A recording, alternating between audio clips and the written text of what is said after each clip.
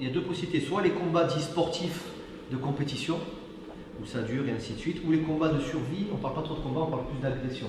Moi, ce que je voudrais vous faire, c'est les différences entre les deux, les principales différences. Ça, c'est vraiment à bien comprendre. Donc, d'un côté, les combats sportifs compétition, d'un côté, combat de survie, agression, dit self-défense. D'accord ? Donc, l'objectif des combats de compétition, c'est de gagner des points. Je vous schématise, hein, après, c'est des subtilités. De gagner des points, de remporter un combat, et donc d'avoir une récompense à la fin. Médaille, ou autre. Hein. L'objectif de la self-défense, d'un combat de self-défense ou d'une agression, ben, c'est un peu l'opposé. C'est survivre pour rentrer chez soi indemne. D'accord ? Ça, c'est logique. Et la récompense, ben, si on a de la chance, c'est un simple traumatisme, sinon c'est un séjour à l'hosto. Donc il n'y a pas de récompense matérielle à la fin. Donc voilà, déjà, ça permet de bien dans sa tête faire de la distinction entre les combats sportifs et les combats de self-défense. Ça, c'est important. En combat sportif, on a une certaine égalité et équilibre des forces. Ça veut dire quoi? Ça veut dire que les combats, ils se font en général 1 contre 1. D'accord? Et après, vous allez commencer à piger à contrario dans la self-défense, c'est autre chose. C'est à armes égales, c'est-à-dire en général, après il y a des compétitions d'écart, hein, mais en général, c'est à main nue. Le mec est à main nue et vous êtes à main nue. 1 contre 1. C'est en général à poids équivalent. Il y a la pesée avant en général dans les compétitions sportives. J'en ai fait quand j'étais, j'allais dire plus jeune, toujours jeune, mais quand j'avais 12, 13, 14, 15 ans, j'en ai fait 3 ou 4 ans. Donc c'est un monde à part en fait. Il y a de très bonnes choses, hein. Ça apprend la gestion du stress, quand le public vous regarde, vous stressez, vous essayez le timing, la précision, il y a de très bonnes choses, mais à ne pas confondre avec ce qui se passe dehors, ça c'est important. Donc à poids équivalent, souvent à niveau équivalent, des fois c'est des ceintures jaune-orange contre des ceintures jaune-orange, c'est rare qu'il y ait des champions du monde contre un simple débutant, c'est toujours trié de façon à ce que tout le monde puisse en sortir. Et donc là, à contrario, donc en gros on peut parler de pied d'égalité en combat de sportif. En self-défense, ben, on y va, le nombre d'agresseurs il peut varier, 1 contre 1, 2 contre 1, 3 contre 1, tout un groupe contre 1, donc là il n'y a plus d'équité, il n'y a plus rien. Il peut y avoir l'utilisation d'armes, ça on en est conscient malheureusement, et c'est de plus en plus courant. Bâton, couteau, n'importe un, bombe lacrymo, n'importe quoi, il y a de tout. L'agresseur peut être plus grand que vous, plus lourd, plus expérimenté. Si c'est un bagarreur de rue qui fait chier tout le monde tous les jours, eh bien vous êtes simple débutant ou vous n'êtes pas bagarreur, mais il aura toujours plus d'expérience que vous. Donc là, le pied d'égalité, il n'y est pas du tout. Dans les combats sportifs, la vigilance et le consentement mutuel. Ça veut dire quoi? Ça veut dire que en général, les compétiteurs qui font une compétition, ils sont avertis à l'avance, ils sont consentants. Ils font pour ça, hein, ils se préparent pour ça, et ils sont préparés mentalement et physiquement pour le jour J. C'est logique, on fait une compète, on s'entraîne un petit peu à l'avance. Et ils ont ça c'est important, ils ont la possibilité de se rétracter si jamais ils ne se sentent pas de faire le combat. J'abandonne. Ok, t'as gagné, toi dégage. Mais voilà, en combat de self-défense, hein, toujours pareil, au contrario, le contexte, donc, c'est uniquement en fait en la faveur de l'agresseur. Il détermine où, quand, comment l'agression va se faire et vous subissez, vous essayez de réagir en fonction. Et il n'y a pas de « attends, j'abandonne, on revient demain, je ne suis pas en forme », on se débrouille avec. Donc, pas possibilité de se rétracter. Ça paraît simple ce que je dis, mais c'est les bases pour bien comprendre ce que c'est un combat de self et un combat sportif. Ça va? Ensuite, en combat de compétition, vous avez en général des techniques et des formes de corps qui sont les mêmes en général. C'est-à-dire, admettons, vous faites du karaté style, j'ai dit Shotokan, c'est un exemple. Ben, en général, vous allez tomber contre un mec qui fait du Shotokan. Donc, vous êtes en terrain connu. Vous tombez sur des mêmes formes de corps. Il ne va pas vous sortir un truc bizarre qui n'est pas dans le style. Ça, c'est important. Donc, c'est quelque chose d'assez... c'est comme un miroir, en fait. C'est le même style. En self-défense, il y a de tout. Vous tombez sur un boxeur, vous tombez sur un petit mec qui ne s'y connaît pas, mais qui est un bagarreur de rue, qui vous fait des trucs, vous dites, mais d'où ça sort?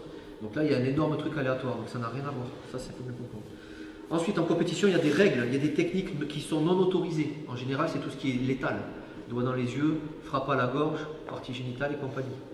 Même en MMA, il faut le savoir, dans les cages, le free fight, c'est très violent, hein, ils ne sortent pas avec le nez tout droit en général, mais ils n'ont pas le droit de mordre, ils n'ont pas le droit de taper dans les yeux, dans la gorge et dans les yeux, aux parties génitales. Et dans la self-défense, il n'y a aucune règle. En fait, ce qu'on dit en self-défense, c'est que la seule règle, c'est qu'il n'y a pas de règle. C'est ce qu'on dit en général, c'est le petit slogan. Donc ça, c'est important. Et donc en général, on privilégie justement des techniques létales en self-défense, enfin en agression. Ça va? En compétition, il n'y a pas d'effet de surprise puisqu'on est préparé à tout, et en self-défense, il n'y a que de ça. En général, l'agression, elle vous tombe dessus, c'est un effet de surprise énorme. Ensuite, ce que je disais, donc en compétition, vous avez des techniques codifiées, c'est-à-dire, en général, il y a une certaine stratégie. Comme on a le temps de se préparer et que le combat, on est là pour ça, il y a de l'improvisation, mais il y a surtout on a le temps de réfléchir, c'est-à-dire qu'on peut faire des techniques qui marqueront le plus de points. Alors je vous donne un exemple, c'est plus ma spécialité la compétition sportive, j'ai lâché depuis longtemps, donc peut-être que ça a changé. Mais à une époque, quand on faisait un coup de pied derrière la tête, qu'on a vu ce matin là, au Rama Oshigiri, là, coup de pied bizarre à la fin, mais ça gagnait 3 points à l'époque. Peut-être maintenant c'est 1 point, je ne sais plus, peu importe. Et bien, pour gagner le combat, il y en a qui préféraient faire 1 ou 2 coups de pied derrière la tête pour gagner le combat. Donc ils allaient tenter de faire que ça. Donc en gros, ils prennent, parce que coup de pied comme ça dans la rue c'est très compliqué, c'est très risqué. Donc ils préféraient faire des techniques donc codifiées, hein, bien préparées pour gagner des points. Sauf que dehors, c'est des techniques suicidaires entre guillemets. Vous voyez, donc plus je vais avancer dans mon speech là, et plus vous allez comprendre que c'est vraiment 2 opposés différents. Il ne faut pas tout mélanger. Et les gestes sont en général très propres. Par exemple, en karaté, si vous frappez la personne et que vous ne tirez pas votre poing à la hanche, vous ne gagnez pas le point. Comme ça, c'est les règles. Donc si je fais ça et je reste en garde, le point n'est pas bon. Regardez bien les compétitions, en général ils font ça et ils doivent tirer le point à la hanche.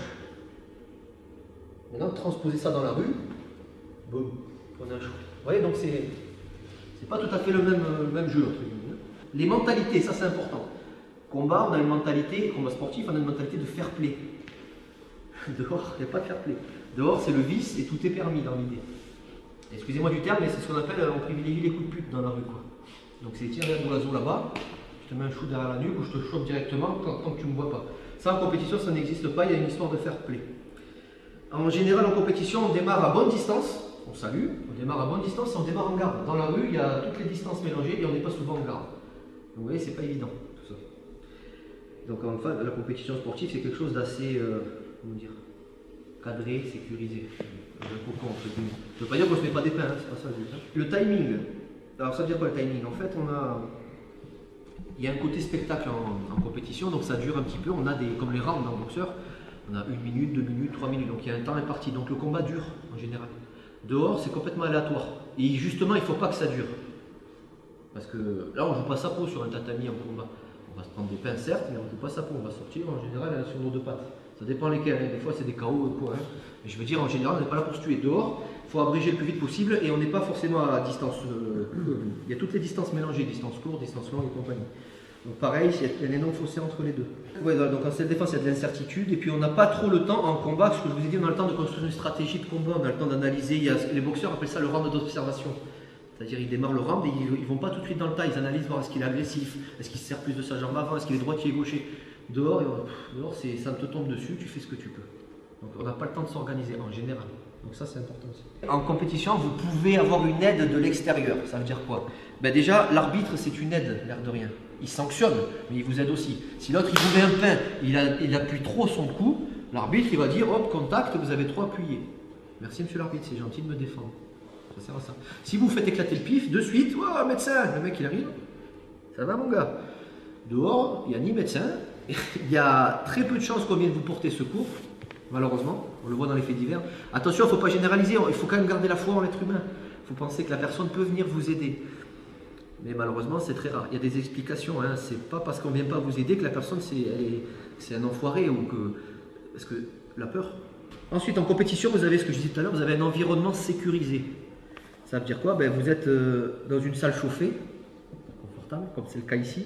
Vous avez un échauffement, vous avez des étirements, vous avez une tenue ample pour être à l'aise. Et dehors, eh ben, on fait avec ce qu'on a sous la main. Quoi. Si vous êtes en jean, faites toujours pareil, en jean, ou vous êtes dans un vêtement trop serré, les dames, vous êtes en jupe courte ou je ne sais quoi, peu importe. Vous avez des talons, vous avez à peine à tenir, enfin j'en sais rien, peu importe. Voilà, on fait avec ce qu'on a sous la main. Donc ça, c'est pas pareil. L'environnement n'est pas du tout sécurisé. Pareil, toujours dans l'environnement sécurisé, en compétition, le sol est plat. Ça m'étonnerait que vous voyez des compétitions avec une énorme bosse au milieu du tatami. Ça va bien faire chier. Voilà, donc le sol est plat, il n'y a pas de danger venant de l'extérieur. Il n'y a pas quelqu'un qui va rentrer et vous taper. Quoi. Et bien dehors, par contre, voilà, le sol n'est pas forcément toujours plat. Et puis vous avez tout ce qui est trottoir, les voitures, les poteaux, enfin, vous avez un environnement. C'est pas dégagé, ça c'est pour savoir. Ensuite, les conditions climatiques. Eh bien, quand on fait une compétition, on n'en a rien à foutre. À moins que vous ayez vu des compétiteurs avec un parapluie au cas où. Mais dans l'idée, voilà, dans l'idée, il n'y a pas de problème, on est à l'abri. C'est souvent bien éclairé, donc on voit ce qui se passe dehors. Il peut pleuvoir, il peut faire du brouillard, le sol peut être glissant. Donc c'est un bordel la rue, voilà, c'est vraiment compliqué. Quoi. Il faut bien comprendre rien n'est favorable pour le défenseur dans la rue. En compétition, c'est un pied d'égalité. Et tout est fait pour que tout se passe bien, en fait, dans l'idée. Ensuite, les distances de combat, ce que j'expliquais, il y a des compétitions, il y a de tout, hein, mais il y a des compétitions au sol, hein, comme le pancrace par exemple. où on peut frapper. Je crois que maintenant ça a changé, il y a une nouvelle loi où ils ne peuvent plus taper les personnes au sol, ça a changé. Voilà. Mais je veux dire, on peut projeter la personne au sol, on peut, en jiu-jitsu brésilien, il n'y a qu'une seule distance quasiment, c'est au sol, au contact. Voilà, donc ça dépend des compétitions qu'on fait, mais il y a des distances bien définies, il y a des règles. C'est tiens, aujourd'hui tu fais telle compétition karaté par exemple, en général, c'est mi-distance ou longue distance. C'est très rare qu'on rentre au contact et on y reste. On rentre et en général on se barre loin et on fait des frappes longues. Ça dépend des styles, ça dépend des disciplines. Dehors, il y a de tout et ça peut malheureusement se terminer au sol, c'est souvent le cas. Alors ça paraît logique aussi, mais en compétition on a des protections. On a une coquille, on a des gants, on a un protège-dents et parfois on a des casques. Ça va, en général. Ça ne veut pas dire qu'on ne va pas se prendre des pains. Dehors, on n'a rien du tout. C'est pour ça le confort des protections, c'est bien pour ne pas se blesser, mais il ne faut pas prendre ça comme un acquis, quoi. Ça ne vous le fait jamais quand vous pratiquez Krav Maga ou autre et que vous enlevez la coquille et vous faites un combat, j'ai oublié ma coquille, et c'est le cas aujourd'hui, et de se sentir à poil et de se dire j'aimais bien quand il y avait ma coquille. Voilà, donc protection dans la rue, mais pas de protection. À moins que vous baladez avec une coquille, ça se voit. Ok, je sais pas. J'en avais eu un élève ici. Il me dit, mais tiens, je sais plus, je crois qu'il y en a qui l'ont connu, je ne sais plus comment il s'appelle. Il disait, à la fin d'entraînement, il gardait sa coquille sous le pantalon. Et là, il lui a dit, qu'est-ce que tu fais? Tu gardes? Il fait, ouais, je sais jamais si je croise des gonzesses.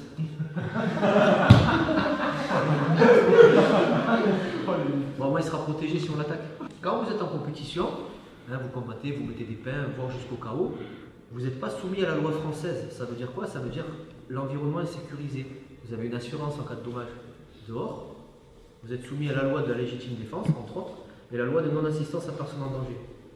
Et ça change tout. Ça veut dire qu'on ne peut pas défoncer la personne, comme on pourrait le faire en compétition. Bam, on est là pour ça, hein, c'est le show, on est payé pour ça, entre guillemets. Dehors, proportionnel à l'attaque. Et, comme j'ai dit, non-assistance à personne en danger, ça veut dire que si vous, mais dans l'idée, vous tombez sur une agression, vous voyez le cliché, une petite dame qui se fait agresser par un costaud. Des fois, c'est l'inverse, la petite dame qui agresse le grand. Coup de canne. Vous avez deux solutions, soit oh là là j'ai rien vu, sauf que s'il y a des caméras et qu'elle y reste, monsieur vous étiez témoin, non ça se passe en danger. Ça peut arriver, hein.